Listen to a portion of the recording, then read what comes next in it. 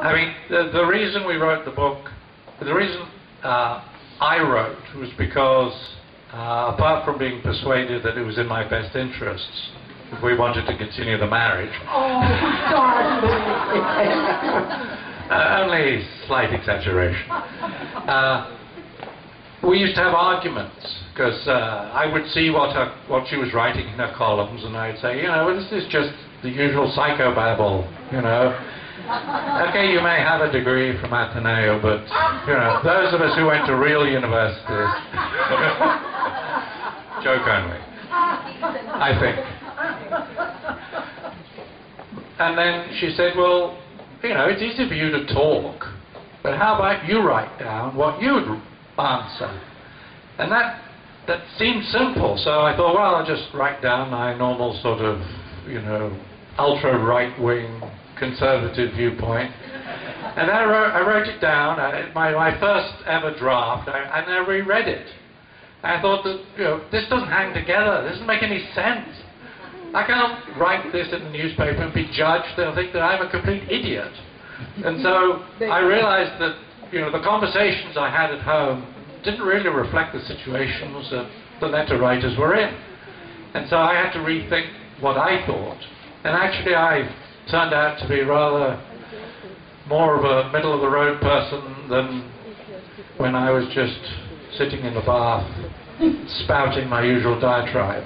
So perhaps I've become more boring.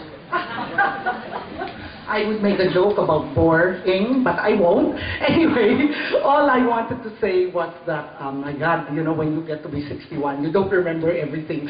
Oh, about the letters, yes. Let me just give you an example, because another reason I was happy that Jeremy joined in was he gives an entirely different perspective, no?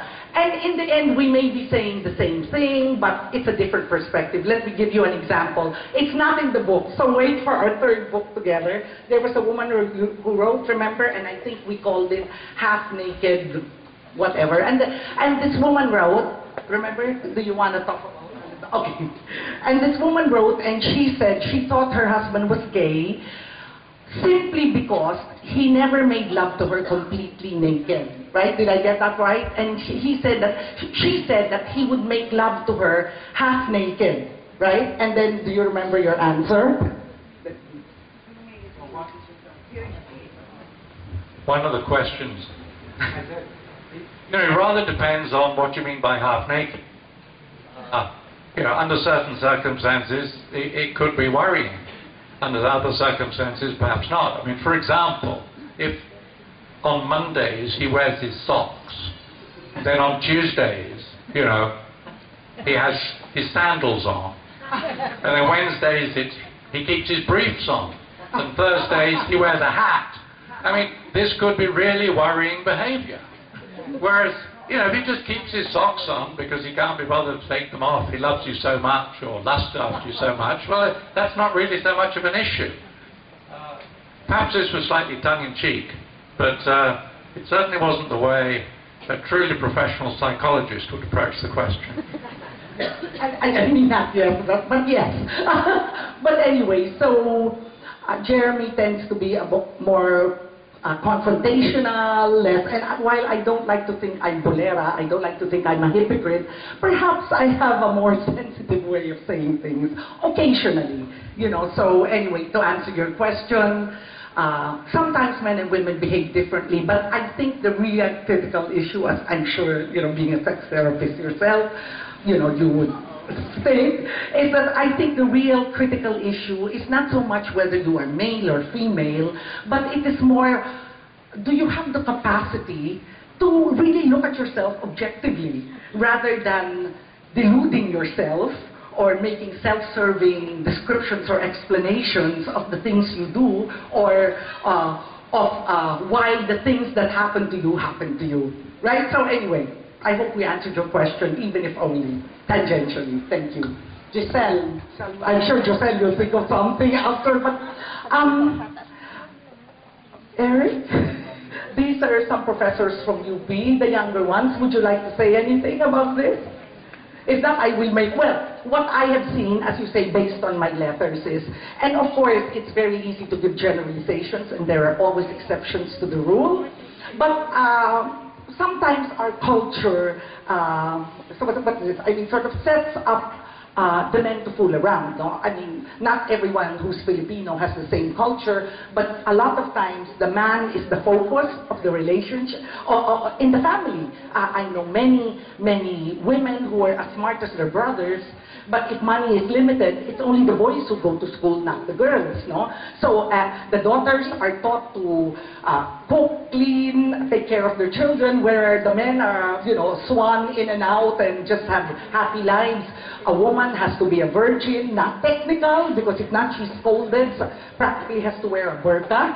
Whereas the men, you get subliminal messages, especially from the fathers, that if he's, you know, a little chick boy, or he, you know, has many girlfriends and is not honest and, you know, can pull women and lie to them, well, sometimes the subliminal message, the mixed message you get from husbands is that, from their father is, oh my God, this guy is a chip off the old block, blah, blah, blah, blah, blah, blah. So in a way, I think, and not generalizing completely, in a way, it's like we have a different perception of infidelity when it is the man who is unfaithful or when it is the woman who's unfaithful. That's number one. Number two is we don't have a divorce law here, right? So even if you're unfaithful, you try to take the case to court and you know how long it takes for something to, you know, sort of get decided in court.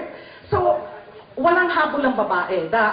The betrayed wife or the wife has no option really. Because the court case, and we've had many cases like this, the court case drags on, and therefore the woman, you know, the guy can sort of be unfaithful with impunity. And that is always an issue. You know, I mean, I don't know if you have, I mean, they say that London is the divorce capital of the world in the sense that every woman would like to get her divorce in London because it is very, very fair. Or in the UK, didn't you say that, darling? Very fair to the woman. California, conjugal property split in between. In the Philippines, what? How many, I'm sure all of us know at least one or two wives whose husbands have fooled around, right?